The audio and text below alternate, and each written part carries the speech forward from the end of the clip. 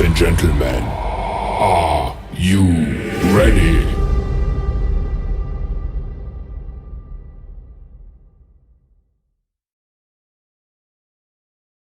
Assalamualaikum warahmatullahi wabarakatuh. Di sini saya Maya Deswira Riyandi dari Prodi Psikologi Universitas Said Surakarta ingin mempresentasikan laporan kuliah lapang, yaitu capaian dan permasalahan perkembangan, baik itu remaja, dewasa, dan lansia. Capaian dan permasalahan perkembangan pada remaja. Nah, di sini observer saya, identitas dirinya ada RD, usia 17 tahun, jenis kelamin perempuan, pendidikan terakhir SMP, pekerjaan pelajar. Fisik berat badan 46, tinggi badan 159, dan riwayat penyakit tidak ada.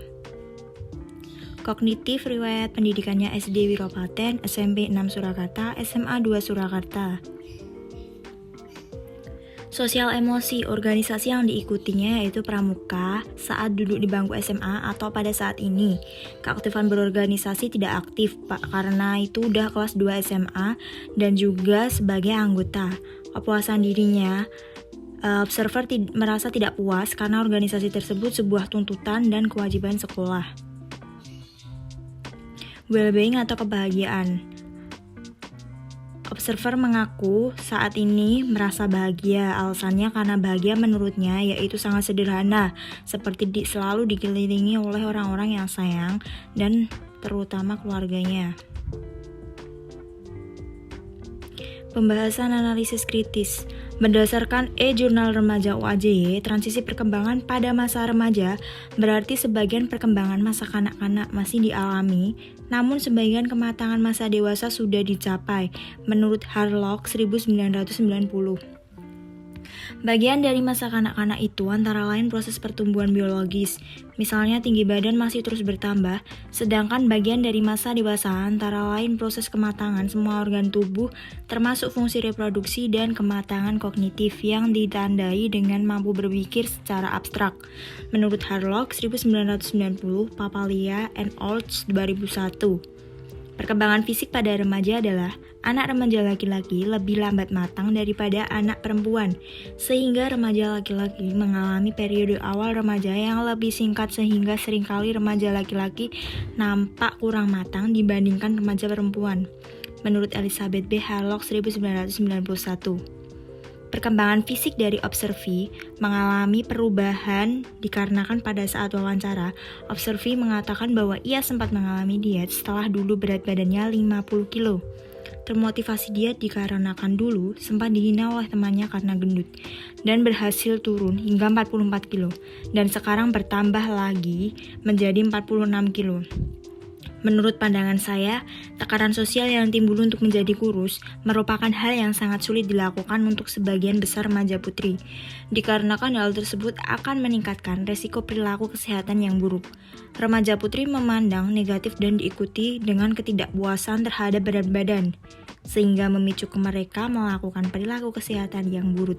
Itu menurut teori Brown 2005. Menurut teori perkembangan kognitif remaja Jean Piaget, bahwa periode terakhir dan tertinggi dalam tahap pertumbuhan operasi formal atau period of formal operation. Pada periode ini, idealnya para remaja sudah memiliki pola pikir sendiri dalam usaha memecahkan masalah-masalah yang kompleks dan abstrak. Kemampuan berpikir para remaja berkembang sedemikian rupa sehingga mereka dengan mudah dapat membayangkan banyak alternatif pemecahan masalah beserta kemungkinan akibat atau hasilnya.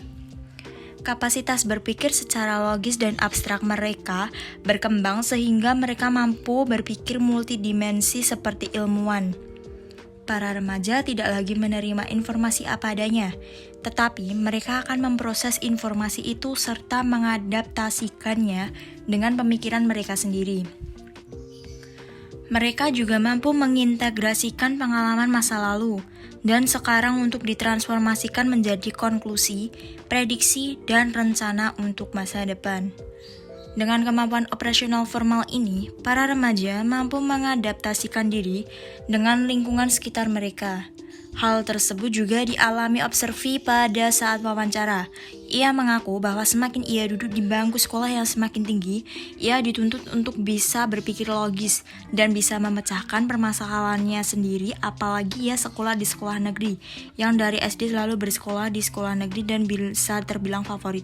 Selain itu, ia juga sudah bisa memplanning masa depan. Ia akan melanjutkan kemana dan kemananya. Perkembangan emosi seseorang pada umumnya tampak jelas pada perubahan tingkah lakunya. Perkembangan emosi remaja juga demikian. Menurut Muhammad Asrori 2005, ada faktor yang mempengaruhi perkembangan emosi remaja. Salah satunya perubahan interaksi dengan teman sebaya. Remaja seringkali membangun interaksi sesama teman sebayanya secara khas dengan cara berkumpul untuk melakukan aktivitas bersama dengan membentuk semacam geng. Interaksi antara anggota dalam suatu kelompok geng biasanya sangat intens serta memiliki kohesivitas dan solidaritas sangat tinggi. Pembentukan kelompok dalam bentuk geng seperti ini sebaiknya diusahakan terjadi pada masa remaja awal saja, karena biasanya bertujuan positif, yaitu untuk memenuhi minat mereka bersama. Usahakan dapat menghindarkan membentuk kelompok cara geng itu ketika sudah memasuki masa remaja tengah atau remaja akhir. Pada masa ini, para anggotanya biasanya membutuhkan teman-teman untuk melawan otoritas atau melakukan perbuatan yang tidak baik atau bahkan kejahatan bersama. Berkaitan dengan penjelasan tersebut sangat berhubungan dengan yang dialami Observi, karena ia juga mengaku tidak aktif pramuka. Selain tuntutan dan kewajiban dari pihak sekolah, ia juga ikut-ikutan teman karena temannya mengajak untuk tidak aktif pramuka dan memilih untuk saat jam pramuka, ia kadang membolos untuk nongkrong bersama teman-temannya. Ia dan teman-temannya mengaku pramuka tidak penting dan selalu menggerutu apabila disuruh masuk saat pramuka. Mereka merasakan emosi karena itu bukan keinginan yang mereka mau, tapi harus wajib untuk ikut serta organisasi tersebut. Maka, Observi mengatakan bahwa ia tidak puas berorganisasi. Mungkin menurut saya, memang ia merasa bahwa itu sebuah kewajiban yang ia tidak suka dan juga dukungan sosial atau teman-temannya mendukung dan juga memberi ajakan apabila tidak usah ikut untuk pramuka. Dan karena adanya dukungan teman-temannya tersebut, ia ikut-ikutan dengan teman-temannya. Selama ini Observi merasa bahagia, dan saat saya wawancara pertanyaan mengenai kebahagiaan pun ia menjawab dengan lantang. Dan juga saya bisa merasakan bahwa memang ia merasa bahagia. Dan alasannya bahagia di masa remajanya dikarenakan bahagia menurutnya sangat sederhana. Contohnya, ia bisa dikelilingi orang-orang yang sayang kepada terutama keluarganya. Hal tersebut berkaitan dengan teori yang mengatakan bahwa adanya keluarga dalam suatu kehidupan tentunya membuat individu merasa bahagia, terutama bagi remaja. Keluarga bagi remaja memiliki peran yang sangat penting dalam mengembangkan kepribadiannya, karena masa remaja merupakan masa transisi antara anak-anak dan masa dewasa. Adanya peran orang tua bagi remaja yaitu dapat mewujudkan kebutuhan dasar yang diinginkan bagi anaknya, seperti perhatian orang tua, kasih sayang, rasa aman, menghargai pendapatnya, saling menyesuaikan diri dan dapat beradaptasi dengan perubahan-perubahan yang dapat terjadi dalam perkembangan kepribadian remaja. Itu menurut teori Yusuf 2012. Nah, untuk selanjutnya, capaian dan permasalahan perkembangan pada dewasa. Nah, di sini Observi identitas diri dari dewasa ada HF berusia 29 tahun, berjenis kelamin laki-laki, pendidikan terakhir SMA, pekerjaan swasta, status pernikahan menikah dengan istri berinisial ER dan berusia 28 tahun, pendidikan terakhir D1, jumlah anak ada 2, nama anak pertama RA, usia 7 tahun, pendidikan SD, dan nama anak kedua BA, usia 1 tahun. Fisik berat badan 79 kilo, tinggi badan 170. Kognitifnya SD Wiropaten, SMP 21, SMA Muhammadiyah 1. Prestasi juara 2 sepak bola dan juara 1 sepak bola. Keterampilan kinestetik dan jasmani sepak bola. Sosial emosi Organisasi yang diikuti Karang Taruna, keaktifan berorganisasi, ketua, dan aktif.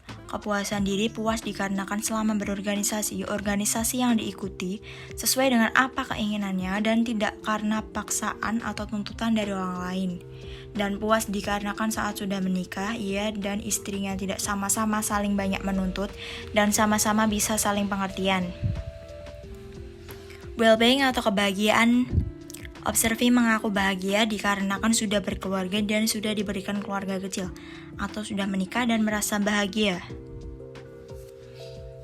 Pembahasan analisis kritis. Observi berusia 29 tahun dan masuk ke dalam golongan tahap dewasa awal. Menurut teori Erikson dalam Monk, Norris, and Haditono 2001, bahwa tahap dewasa awal yaitu antara usia 20-30 tahun. Pada tahap ini, manusia mulai menerima dan memikul tanggung jawab yang lebih berat. Pada tahap ini pula hubungan intim mulai berlaku dan berkembang. Individu yang tergolong dewasa muda, young adulthood, ialah mereka yang berusia 20-40 tahun. Memiliki peran dan tanggung jawab yang tentu saja semakin besar. Individu tidak harus bergantung secara ekonomis, sosiologis, maupun psikologis pada orang tuanya, menurut teori Dario 2003. Nah, menurut saya, ini bisa disimpulkan bahwa dewasa awal itu merupakan masa di mana individu siap berperan dan bertanggung jawab serta menerima kedudukan di dalam masyarakat.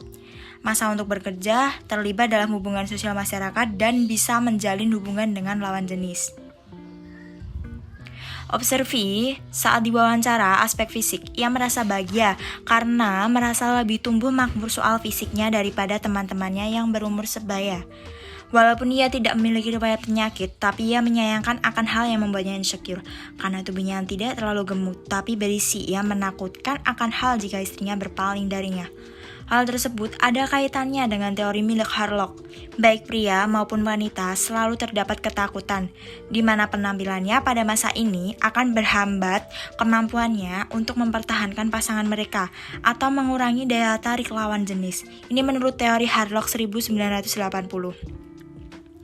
Observi merasakan semakin ia naik kelas, ia merasakan banyak yang ia dapat, salah satunya ia menambah skill atau keterampilan yang ia memiliki, yaitu kinestetik atau jasmani sepak bola.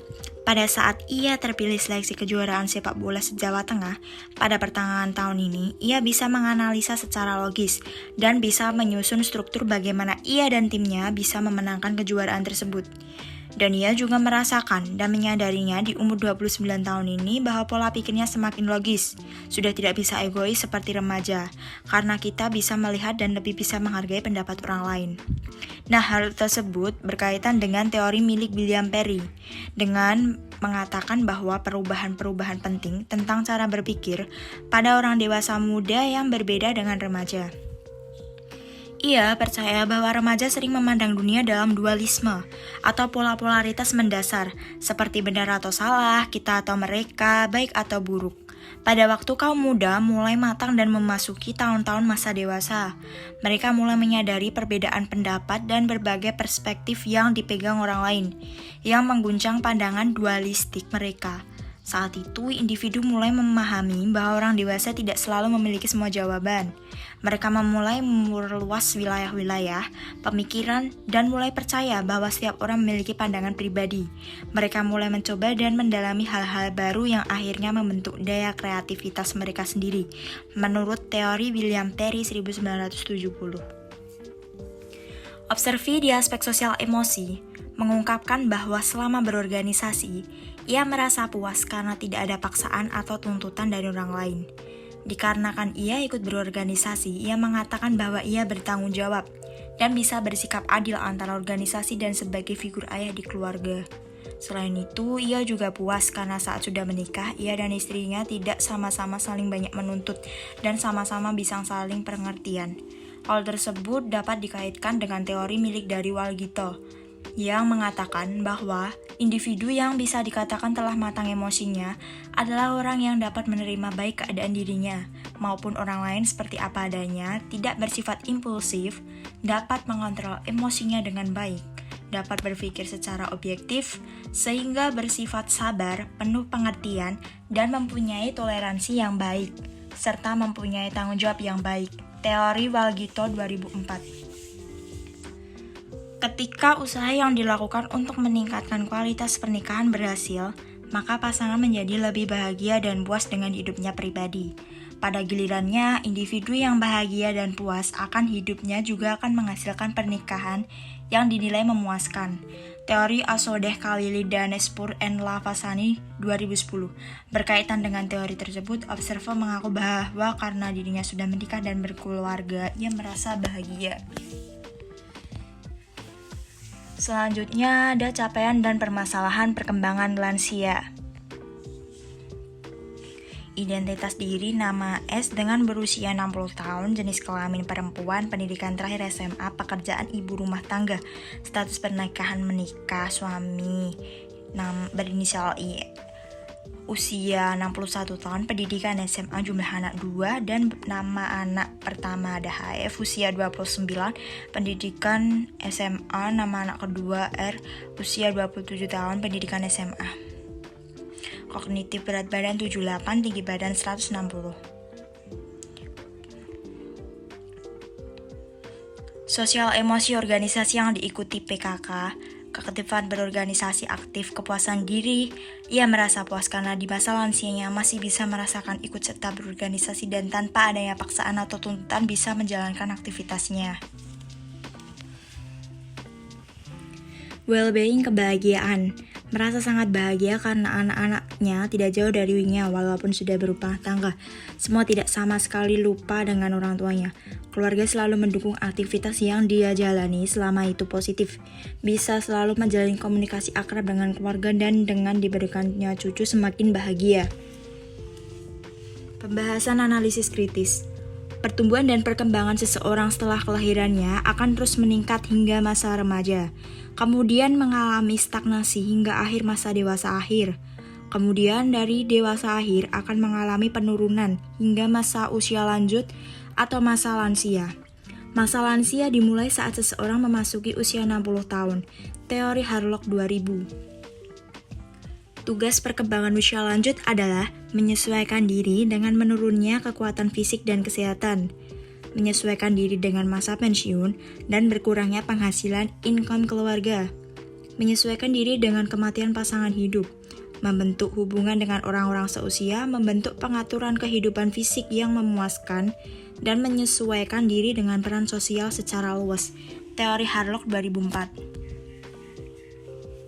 Pada aspek fisik observi tidak mempermasalahkan akan berat badan pada tinggi badannya, dikarenakan ia merasa lebih terlihat sehat di antara para lansia-lansia pada umumnya. Tetapi ia merasa sedikit mengeluh akan penglihatannya semakin ia menginjak tua dan menduduki status lansia. Jarak pandangnya semakin menurun dan kadang ia harus memakai bantuan kacamata. Apabila ia lupa membawa kacamata, membuat ia kesusahan untuk melihat, apalagi jika jarak pandang yang jauh. Hal tersebut berkaitan dengan teori perubahan pada penglihatan terjadi pada respon mata yang menurun terhadap sinar, adaptasi menurun, akomodasi menurun, lapang pandang menurun, dan katarak. Teori milik Siti dan kawan-kawan 2008. Sandrock 2011 menyatakan bahwa lansia akan mulai mengalami penurunan dalam mencerna informasi secara cepat dan cenderung untuk menghindari informasi yang tidak terlalu relevan. Berkaitan dengan teori tersebut, saat saya wawancara, observi memang sedikit mengalami lupa, dan ia berusaha mengingat-ingat dan berpikir untuk menjawab apa yang saya tanyakan. Selain itu juga ia sedikit kesulitan untuk mencerna kata-kata yang saya tanyakan. Jika itu tidak jelas dan meminta saya untuk menjelaskan lebih detail, dan menurut saya pendidikan sangat mempengaruhi aspek kognitif. Lahmat et al. 2009 mengatakan bahwa semakin tinggi pendidikan seseorang, maka semakin mungkin seseorang terlibat dalam aktivitas yang menantang aspek kognitif. Aktivitas-aktivitas yang kompleks dan merangsang fungsi kognitif ditemukan juga dapat meningkatkan aspek kognitif seperti fleksibilitas intelektual yang berkaitan dengan fungsi eksekutif, memori, kefasihan berbahasa, serta visual spesial. William dan Kemper 2010.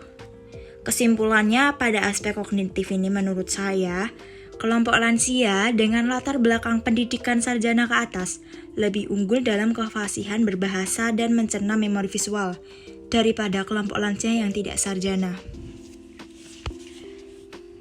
Keberadaan lingkungan keluarga sosial yang menerima lansia juga akan memberikan kontribusi yang positif bagi perkembangan sosial emosional lansia. Tetapi sebaliknya, jika lingkungan keluarga dan sosial menolak dan tidak memberikan ruang hidup atau ruang interaksi bagi mereka, maka memberikan dampak negatif bagi kelangsungan hidup lansia. Nah, pada aspek ini, observi aktif mengikuti organisasi di lingkungannya, dan ia juga merasakan puas karena walaupun ia sudah berstatus lansia, tetapi ia masih bisa produktif dengan aktivitas yang positif. Menurut teori aktivitas, semakin orang dewasa lanjut aktif dan terlibat, semakin kecil kemungkinan mereka menjadi renta dan semakin besar kemungkinan mereka merasa puas. Dalam hal ini, penting bagi para dewasa untuk menemukan peran-peran pengganti untuk tetap menjaga keaktifan mereka dan keterlibatan mereka di dalam aktivitas masyarakat. Dengan adanya aktivitas pengganti ini, maka dapat menghindari individu dari perasaan tidak berguna, tersisihkan yang membuat mereka menarik diri dari lingkungan, dan juga di teori rekonstruksi gangguan sosial. Menurut teori Kuipers dan Bengtson 1973, menyatakan bahwa penuaan dikembangkan melalui fungsi psikologis negatif yang dibawa oleh pandangan-pandangan negatif tentang dunia sosial dari orang-orang dewasa lanjut dan tidak memadainya penyediaan layanan untuk mereka. Rekonstruksial dapat terjadi dengan merubah pandangan dunia sosial dari orang-orang dewasa lanjut dan dengan menyediakan sistem-sistem yang mendukung mereka. Ketersediaan layanan bagi dewasa lanjut dapat mengubah pandangan mereka mengenai lingkungan sosialnya. Mereka akan tetap mampu untuk berperan aktif dengan layanan yang ada dan juga mereka akan mengubah pandangan dunia sosial yang negatif dan meniadakan pemberian label sebagai seseorang yang inkompeten atau tidak mampu.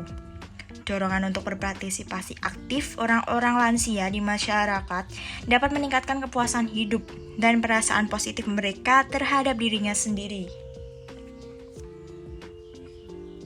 Nah, pada aspek well-being kebahagiaan, menurut Seligman atau teori Seligman, bahwa kebahagiaan merupakan konsep yang mengacu pada emosi positif yang dirasakan individu serta aktivitas-aktivitas positif yang disukai oleh individu tersebut. Kemudian membagi emosi positif tersebut menjadi 3 macam, yaitu emosi yang diarahkan atau datang dari masa lalu, masa sekarang, dan masa depan. Observi mengaku merasa sangat bahagia karena kebahagiaan salah satunya menurutnya yaitu bisa selalu menjalin komunikasi akrab dengan keluarganya.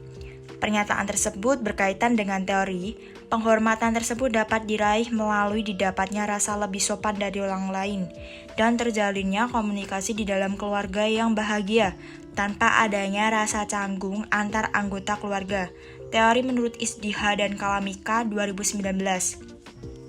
Selain itu, pernyataan observi merasa bahagia yaitu juga karena keluarga observi selalu mendukung aktivitas yang ia jalani selama itu positif. Menurut teori Amalia atau berkaitan dengan teori Amalia 2014, mengatakan bahwa peran keluarga juga penting dalam hal ini, di mana keluarga dari lansia tersebut selalu memberikan dukungan atas segala aktivitas yang dilakukan lansia agar lansia merasa bahagia. Nah, ini adalah referensi yang saya dapatkan. Demikian presentasi dari kuliah lapang saya. Jika ada salah mohon dimaafkan. Wassalamualaikum warahmatullahi wabarakatuh.